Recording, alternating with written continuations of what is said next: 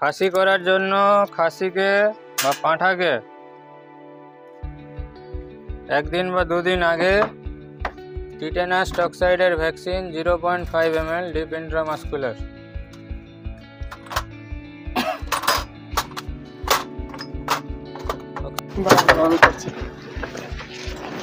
এটা এরকম ভাবে ধরলে অসুবিধা হবে। এটাকে এইরকম ভাবে ধরে পড়ে যাবে তো, নিচে রাখুন, নিচে নিচে নামান, এটা ধরুন।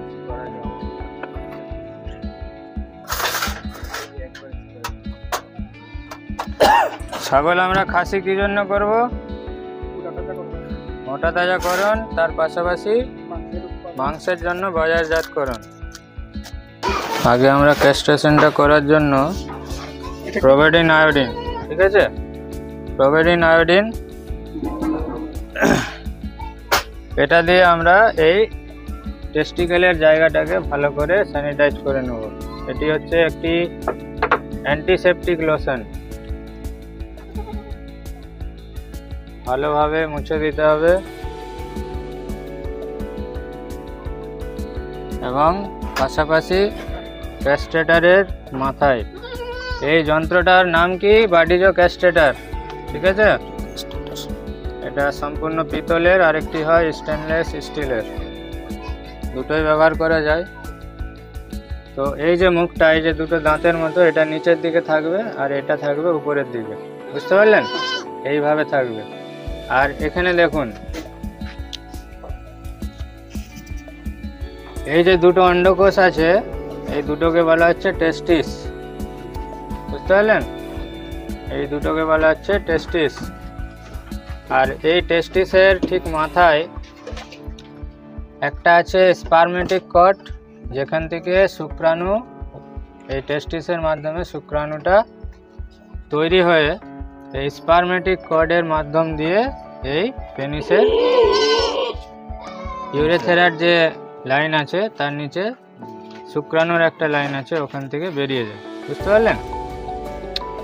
এই টেস্টিসের মাথায় আছে স্পারমেটিক কর্ড, যেখানে স্পার্ম প্রোডাকশনে হয় এবং সেই স্পার্মটা আপনার পেনিস দিয়ে বেরিয়ে যায়।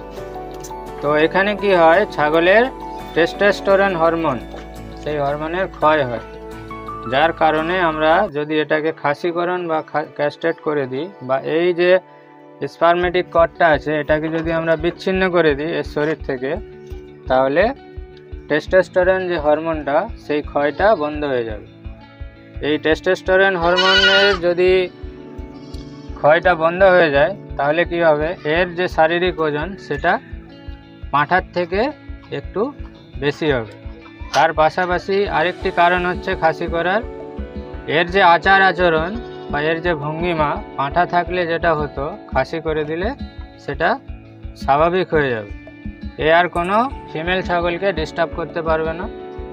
অতিরিক্ত পাঁঠা আমাদের খামারে যদি হয়ে যায়, তখন আমরা সেই পাঁঠাগুলোকে ম্যানেজমেন্ট করতে কিন্তু আমাদের অনেক অসুবিধা হয়। তাই যেহেতু এটি আমরা মাংসের জন্য ফার্মিংটা করছি, তাই একে আমরা খাসি করে দেবো, বুঝতে পারলেন? তাহলে টেস্টিসের মাথায় স্পারমেটিক কট, আর একটা কি থাকে, ব্লাড ভেন, যেখান থেকে এই টেস্টিসকে ব্লাড সাপ্লাই করে, বুঝতে পারলেন? তাহলে এই দুটোকেই আমরা বিচ্ছিন্ন করে দেবো। দেখুন, এইভাবে আমরা মাঝে ধরলাম, এই দিকে চাপবো, আমরা এটাকে লক করবো। 1 থেকে 2 মিনিট রাখতে ব্যথা কম হয়। যখনই আপনি একে সার্জিক্যাল ক্যাস্ট্রেশন করতে যাবেন, এখানে অনেক রকম কমপ্লিকেশন আসতে পারে। যেহেতু আপনারা একদম নতুন খামারি বা নতুন হাত, তাই বাডিজো ক্যাস্টেটার হচ্ছে সবথেকে বেস্ট হচ্ছে আপনার পদ্ধতি। তাই বাডিজো ক্যাস্টেটার দিয়ে আপনারা খাসিকরণ করবেন। এছাড়া যদি আপনারা চান, যদি আপনাদের অভিজ্ঞতা থাকে, আপনারা সার্জিক্যাল ক্যাস্ট্রেশন অথবা ইলাস্ট্রেটর দিয়েও খাসিকরণ করতে পারেন। একটা কাট হলো, ঠিক ওর নিচে আরেকটা কাট দেবো।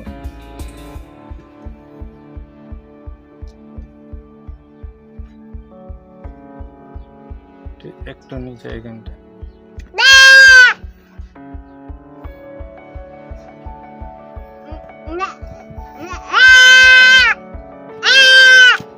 করছি, দেখুন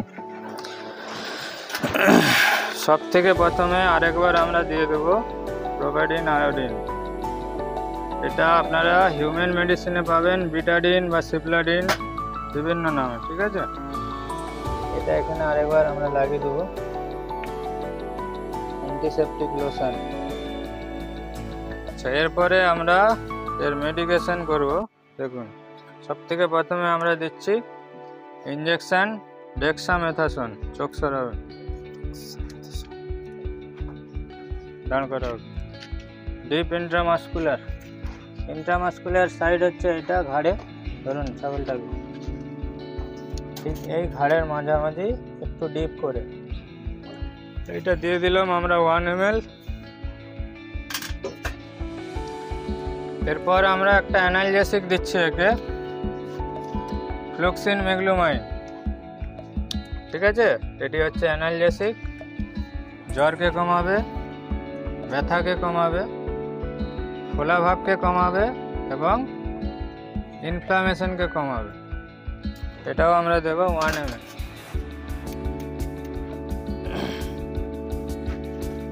ঠিক এইখানে একটু দূরে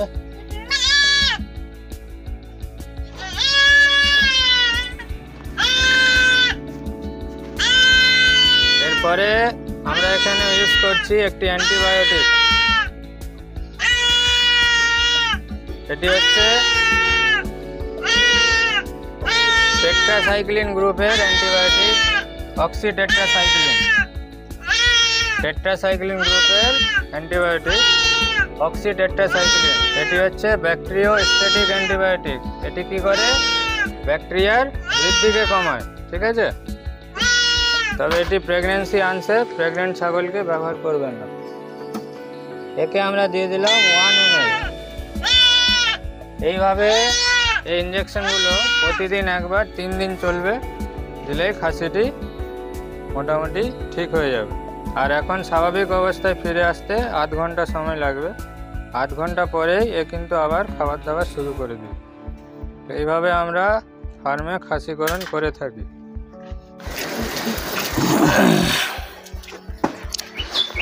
এটি হচ্ছে একটি ক্রসের বাচ্চা, ঠিক আছে। এটি হচ্ছে একটি ক্রসের বাচ্চা। এর বয়স হচ্ছে 1 মাস। 1 মাসও এখনো হয়নি, 1 মাসের কম।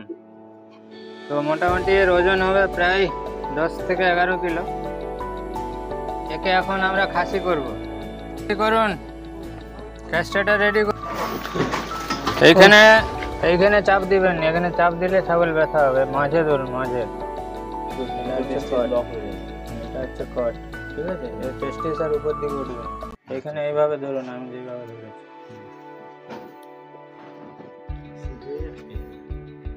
মিডল করে হবে, তাই তো? ঠিক আছে, ধরা ঠিক আছে। টেস্টিসের মাথায় লাগান এবার। টেস্টিসটা ধরে রেখেছেন তো? হ্যাঁ, হালকা চাপ দিয়ে আবার নিচের দিকে টানুন হালকা করে। হ্যাঁ, বাস অতটাই। হ্যাঁ, কোনো অসুবিধা নেই, মারুন।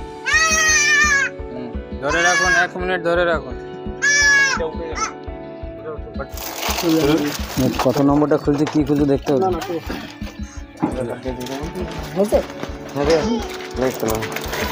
আমাকে একটু দেখাও, দেখি শোন, আমাকে একটু দেখাও। হাজিতে দেখেছি এটা, এটা করে জাগাতে হবে।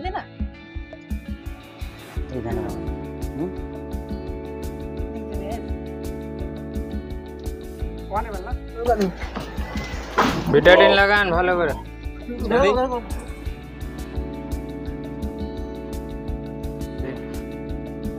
বাঁ দেখে না।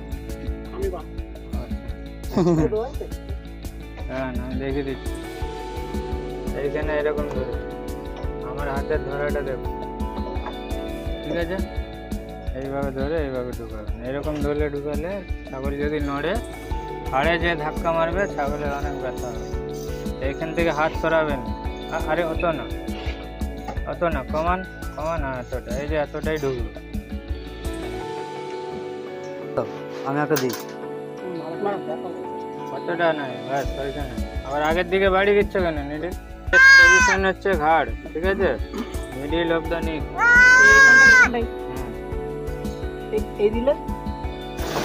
তো যারা এই ভিডিওটা দেখছেন তারা একটু মনোযোগ সহকারে ব্যাপারটা বুঝুন, যে আপনারা ছাগল পালন যখন করবেন, কেন উন্নত প্রজাতির ব্রিড বা যে সমস্ত ব্রিডগুলো কমার্শিয়াল ব্রিড, সেই ব্রিড নিয়ে আমরা কেন ফার্মিং করতে বলছি।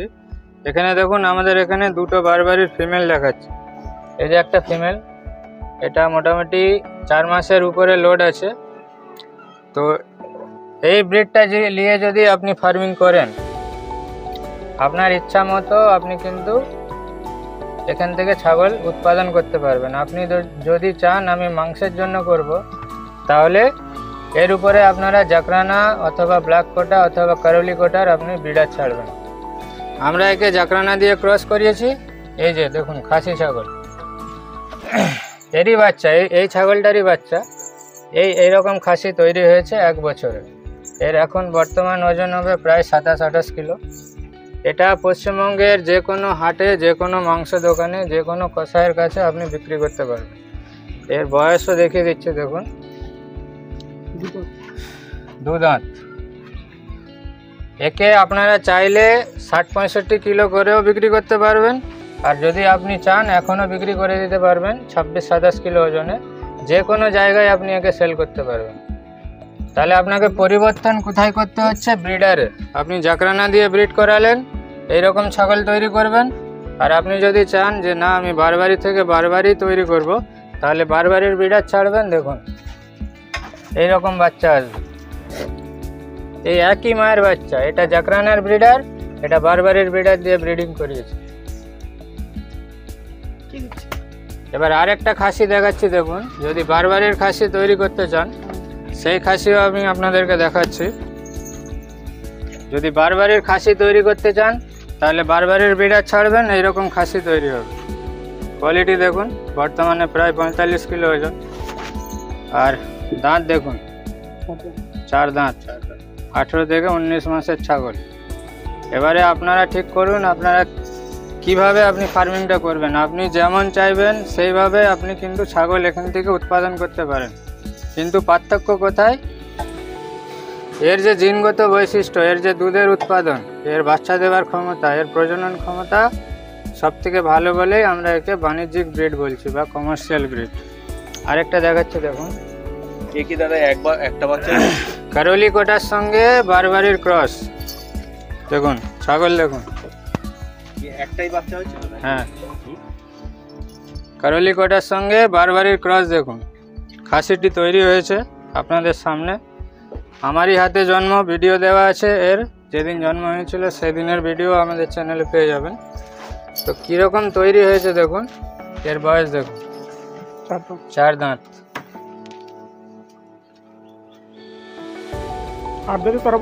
একটি মা ছাগলকে আপনার ফার্মে রেখে আপনি 3 বছর রাখবেন, এইরকম আপনি কম করে হলেও 6 থেকে 7টা খাসি রেডি করতে পারবেন। 3 বছরে মিনিমাম 6 থেকে 7টা খাসি এরকম রেডি হবে। এর ভাইও আমাদের কাছে আছে, ছাগল তৈরি করেছে দেখুন। এটা হচ্ছে এর ভাই। এগুলো আমাদের শহরাঞ্চলে বা গ্রামাঞ্চলে আপনি যেখানেই চাইবেন তাকে বিক্রি করতে পারবেন। এটার বয়সও দেখিয়ে দিচ্ছি, দেখুন। এটা 4 দাঁত বা 6 দাঁত দেখালাম, এটা দেখুন 2 দাঁত। তো এই খাসিটিকে আপনারা চাইলে যে কোনো মার্কেটে সেল করতে পারবেন। এটা হচ্ছে কারলি কোটার সঙ্গে বারবারির ক্রস। আপনাকে ফার্মে সময় বাঁচাতে হবে, কারণ 1 মাসের খাবারের খরচা, স্টাফের খরচা, ম্যানেজমেন্টের খরচা, এই সমস্ত খরচা হিসাব করে আপনাকে ফার্ম থেকে কিন্তু রোজগার করতে হবে। তাই আপনাকে সেইভাবে ব্রিড সিলেকশন করতে হবে। ভিডিওগুলো দেখে আপনারা আশা করি বুঝতে পারছেন।